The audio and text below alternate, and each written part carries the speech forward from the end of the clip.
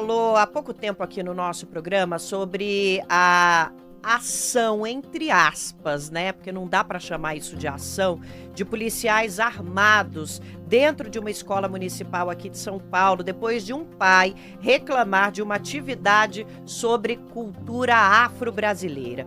Uma das servidoras afirmou que foi pressionada contra a parede, teve uma arma encostada no corpo dela durante a abordagem policial.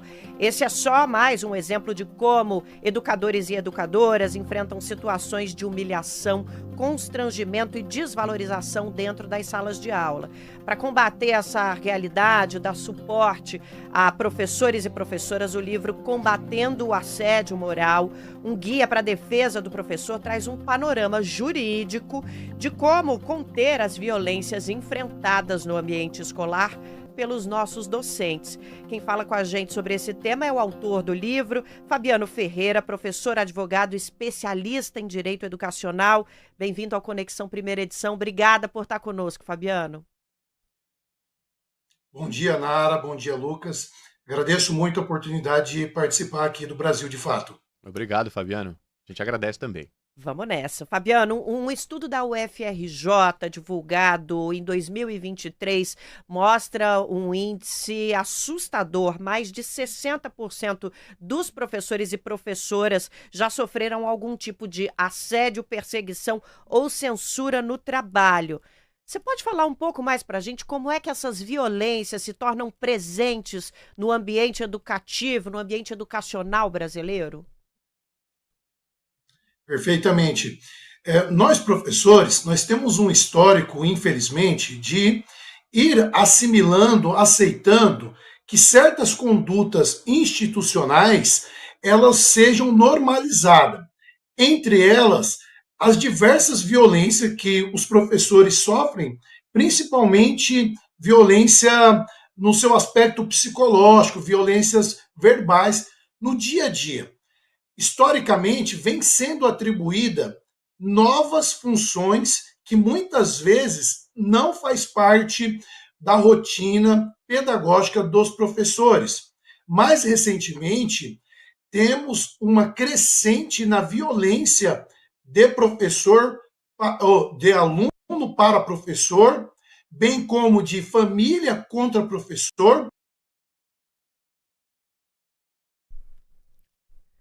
Tivemos uma questãozinha com o áudio, problemas técnicos com a presença do Fabiano aqui. Vamos tentar retomar, mas eu já trago aqui para os nossos ouvintes e as nossas ouvintes, Lucas, que essa mesma pesquisa da UFRJ... voltamos? Daqui a pouquinho a gente traz mais dados. Por favor, professor, pode continuar a sua resposta. Eu acho que foi a conexão aqui que fechou, não sei se é alguma questão no meu celular, mas eu estava falando que os professores, eles tendem a normalizar as violências que eles sofrem dentro do ambiente escolar, porque historicamente o professor ele é visto como uma vocação, uma missão, e não como um trabalhador dentro desse sistema capitalista, onde ele deve ser remunerado, onde existe um conjunto de regras que orientam o trabalho do professor. Eu penso, Nara e Lucas, que essa romantização do trabalho do professor como sendo uma vocação, como sendo uma missão, isso é internalizado aos professores que acabam aceitando essas diferentes violências que eles sofrem dentro do ambiente escolar, seja por meio da instituição, seja mais recentemente a violência que pais e alunos cometem.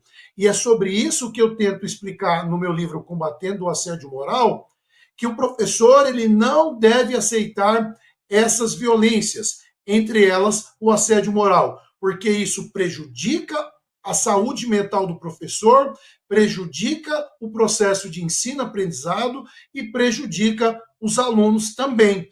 Inclusive, o estado de São Paulo, ele teve aqui uma média de 95 afastamentos diários de professores por saúde mental. E as pesquisas científicas apontam que uma das consequências da pessoa que é vítima do assédio moral é justamente o desenvolvimento de saúde, prejudica a saúde mental dos professores.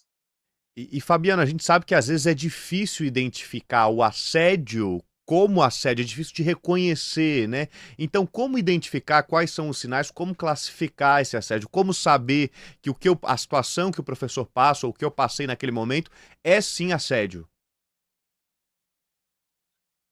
Nós temos um problema, Lucas e Nara, que na nossa legislação brasileira é a ausência de uma tipificação, de uma normativa federal que defina o assédio moral. Nós temos o assédio sexual lá no Código Penal, mas nós não temos o assédio moral no seu sentido mais amplo, porque o assédio sexual ele é um dos tipos de assédio moral que alguém pode sofrer.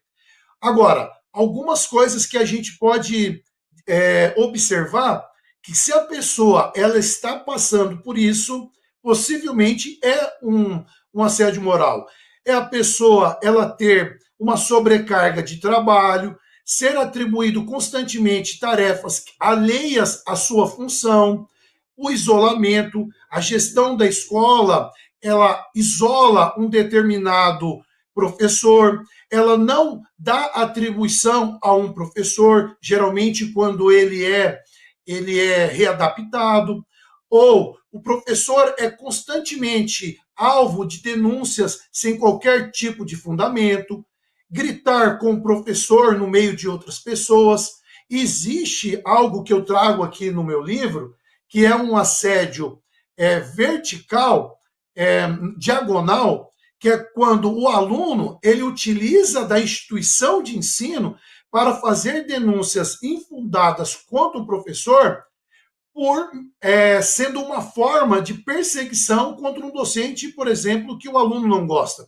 Então, o aluno ele utiliza da instituição escola para que o diretor persiga o professor por um motivo totalmente infundado. Então, essa é algumas das características que podem indicar que o professor esteja sofrendo o assédio moral. Uma outra característica importante, principalmente em São Paulo, Paraná e Rio de Janeiro, é o uso dessas plataformas digitais sem qualquer normativa legal. Isso também pode ser caracterizado assédio moral. Bom, professor Fabiano Ferreira, infelizmente a gente queria ter 20 minutos, 1 hora para conversar aqui sobre essa obra que traz, inclusive, mecanismos e educa os professores e professoras a buscar seus direitos. Obrigada demais, advogado especialista em direito educacional e autor dessa obra que fala sobre o assédio moral, o crescimento do assédio contra professores e professoras e como combater. Eu queria rapidinho, muito rapidinho mesmo, professor, como é que as pessoas podem acessar a obra? Bem rapidinho. As pessoas podem acessar a obra pelo meu Instagram, prof.fabianoferreira_advogado. Tem um link para acesso à obra. E agradeço a oportunidade, Lucas e Nara. Que agradece, 10h16, esse assunto é importantíssimo e a gente continua falando sobre ele em outras ocasiões aqui no Brasil de Fato. Você acompanha lá no brasildefato.com.br, que a gente tem bastante cobertura sobre esse tipo de assédio em sala de aula, crescente no Brasil, infelizmente. 10h16, vamos falar como fica a previsão do tempo hoje. São Paulo, 22 graus nesse momento. Capital paulista amanheceu nesta quinta com sol entre poucas nuvens. Ao longo do dia as temperaturas se elevam, com máximas em torno dos 25 graus. E o dia vai ser marcado por sol entre poucas nuvens e sem previsão de chuva. Amanhã, sexta-feira, também vai ser ensolarada, sem previsão de chuva. Temperaturas em elevação, gente, com mínima prevista de 15 graus e máxima na casa dos 29 graus.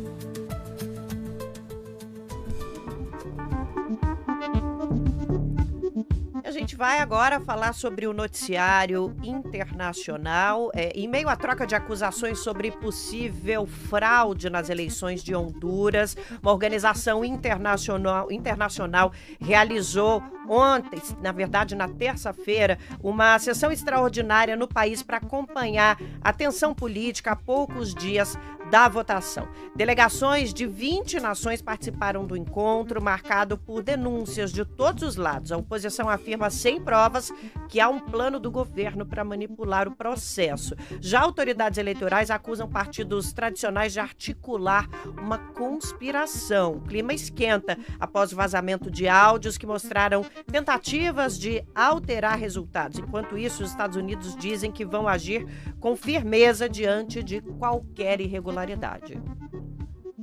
É isso aí, 10h17 da manhã.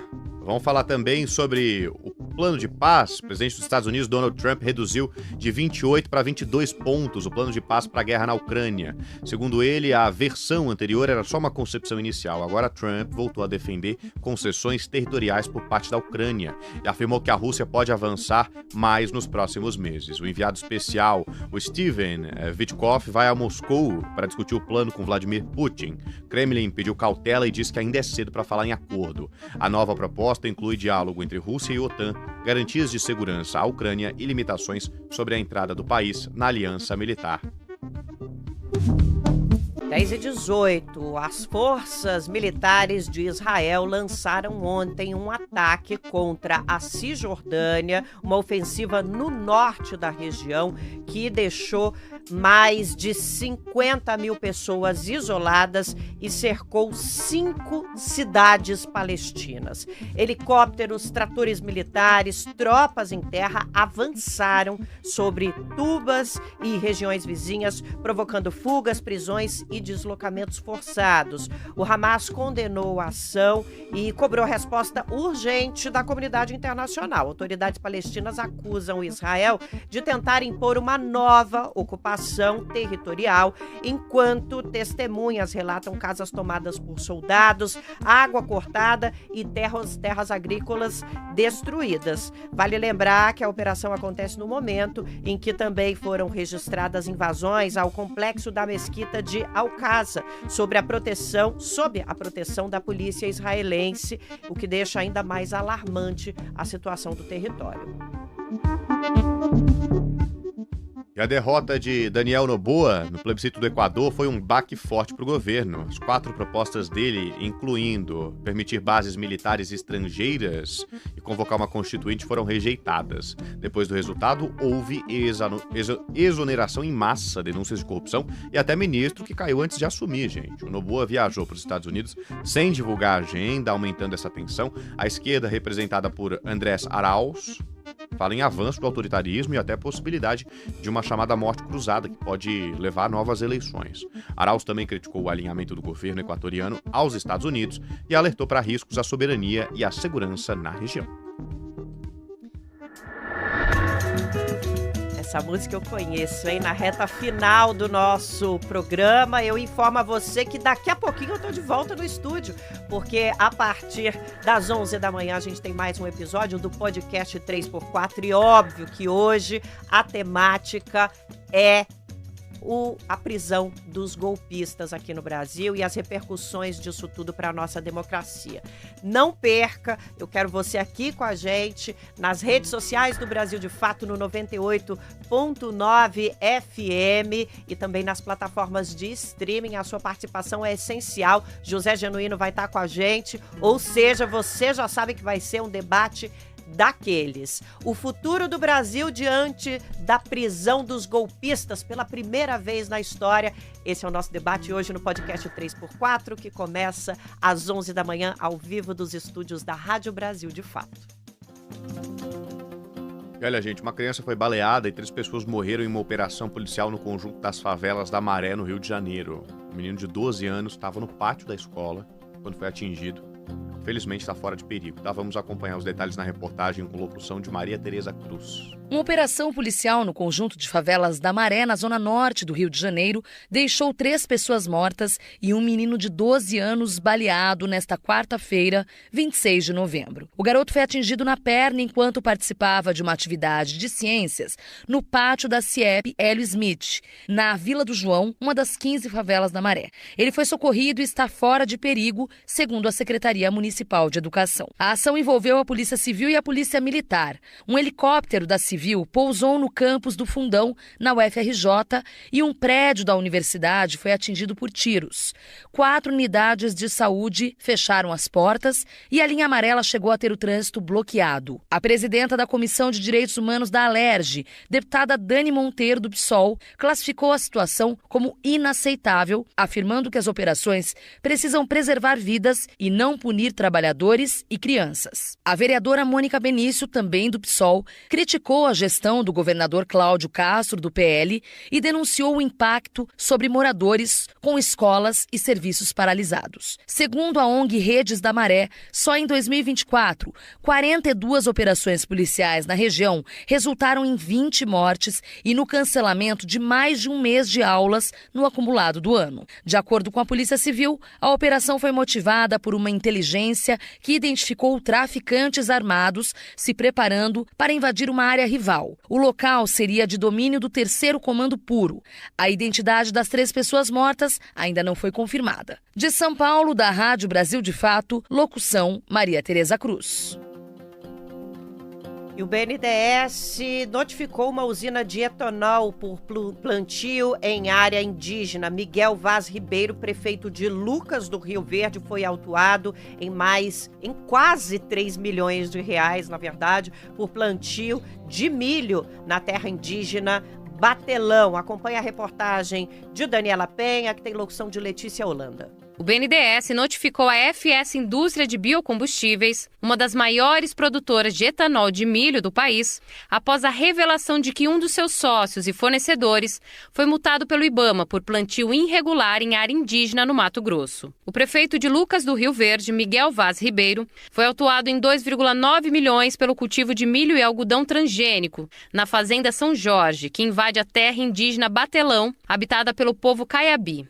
Ele é sócio da FS e aparece como fornecedor da empresa em contratos consultados pela reportagem. A legislação proíbe cultivos transgênicos em terras indígenas e o IBAMA classificou a infração como biopirataria, determinando a destruição das lavouras. Além de Ribeiro, outros 2 empresários associados à usina recorrem na justiça. Entre 2023 e 2025, a FS recebeu pelo menos 600 milhões de reais em financiamentos do BNDES, sendo 500 milhões destinados a uma nova planta de etanol de milho pelo Fundo Clima, principal instrumento do governo para a transição ecológica. Após ser informado, o BNDES diz ter notificado a empresa e que aguarda esclarecimentos para definir possíveis medidas que podem incluir suspensão de recursos ou até cancelamento de contratos. A FUNAI reafirma que a terra indígena Batelão está regularmente delimitada e que os títulos da Fazenda São Jorge são nulos. A FS, o Ministério de Minas e Energia e os produtores citados ainda não se manifestaram publicamente sobre o caso. De São Paulo, da Rádio Brasil de Fato, com reportagem de Daniela Penha, da Repórter Brasil, locução Letícia Holanda. Obrigado, Letícia. E a Associação dos Delegados de Polícia do Rio Grande do Sul retomou nesta terça o prêmio de jornalismo da entidade, gente, que estava suspenso desde 2019. O Brasil de Fato do Rio Grande do Sul foi destaque em 2 categorias. Conquistou o primeiro lugar em fotojornalismo, com a imagem registrada por Roberto Martinez, e o segundo lugar em reportagem em texto, com o trabalho escrito pela jornalista Fabiana Reynolds. Publicada em outubro de 2025, a matéria Violência contra Crianças e Adolescentes cresce no Rio Grande do Sul e atinge níveis alarmantes, mostra um levantamento, que analisou dados recentes e ouviu especialistas e autoridades da segurança pública para entender os fatores que explicam o aumento expressivo das denúncias e dos casos registrados no estado. Parabéns aos nossos colegas do BDF Rio Grande do Sul. E o bloco do MST no Rio de Janeiro lançou uma campanha de arrecadação para desfilar em 2026. Acompanhe mais detalhes na reportagem que tem locução de Wallace Leray. O bloco do MST no Rio de Janeiro está arrecadando recursos para desfilar no Carnaval de 2026. A campanha hospedada na plataforma Benfeitoria tem meta de R$70 mil para garantir som, estrutura, estandartes e a mística que marca as ações do movimento. O financiamento também visa cobrir transporte, alimentação de assentados e profissionais, além da produção de recompensas para quem contribuir. Entre os itens, copos temáticos, camisetas e bonés purpurinados exclusivos. O bloco tem 3 alas: a orquestra de enxadas, o cortejo de fanfarra e a bateria sem terra. A iniciativa segue uma tradição que já existe em outros estados, como Minas Gerais, Pernambuco e Paraná, onde o MST usa o carnaval para divulgar agroecologia e reforma agrária popular. Segundo Fabito Alves, dirigente de cultura do MST, abre aspas, a união entre a reforma agrária e carnaval é uma maneira de levar os valores da agroecologia para a maior festa popular do planeta, fecha aspas. Para o cantor Igor Conde, celebrar e produzir cultura também é um ato de resistência. Os ensaios do bloco acontecem todas as terças-feiras, às 7h30 da noite, no centro do Rio de Janeiro. A campanha de arrecadação está disponível no site Benfeitoria, de São Paulo, da Rádio Brasil de Fato, locução Wallace Leray. 10h28, muito obrigada pela participação, Wallace Leray. E a gente vai agora para os destaques finais do nosso programa. O Congresso vota hoje vetos de Lula ao PL da devastação. O setor do agronegócio está mobilizadíssimo para retomar pontos originais do texto que são considerados os piores retrocessos ambientais da história do país. O futuro da justiça tributária no Brasil, depois de Lula sancionar a isenção do imposto de renda para quem ganha até R$5 mil. O governo convoca quase 4 mil aprovados do concurso nacional unificado para vagas em órgãos federais. E nas notícias do mundo, Israel lança ofensiva na Cisjordânia e deixa 50 mil pessoas palestinas cercadas em várias cidades da região. Esses e outros destaques você acompanhou nesta edição do Conexão BDF. O Conexão BDF, primeira edição dessa quinta, termina aqui. O jornal teve minha apresentação. Eu sou o Lucas Krupa, que sou obrigado pela sua companhia hoje sempre, da minha companheira aqui no estúdio, Nara Lacerda, com as reportagens da nossa super equipe de jornalismo do Brasil de Fato, produção de Yasmin Marchiori, também na edição comigo, Aline Macedo, Gabriela Carvalho, muito obrigado, meninas. E também a edição de conteúdos de áudio de Wallace Leray. Os trabalhos técnicos são do Victor Martins, aqui na mesa do nosso estúdio do Conexão BDF, primeira edição, e do Otávio Gabriel, direto do nosso switcher. Supervisão de jornalismo de Igor Carvalho e Rodrigo Gomes. Supervisão de rádio, Lucas Salum. Coordenação de jornalismo de Monize Ravena e Lucas Stanislau. Direção executiva de Nina Fidelis. Muito obrigado a você que nos ouviu. Siga sintonizado nos 98.9 FM. Essa é a Rádio Brasil de Fato. Uma visão popular do Brasil e do mundo. Até amanhã. Até daqui a pouco no 3x4. Acaba aqui o Conexão BDF, primeira edição. O seu jornal que traz uma visão popular dos acontecimentos que marcam o Brasil e o mundo. Sintonize no 98.9 FM. Se alimentar com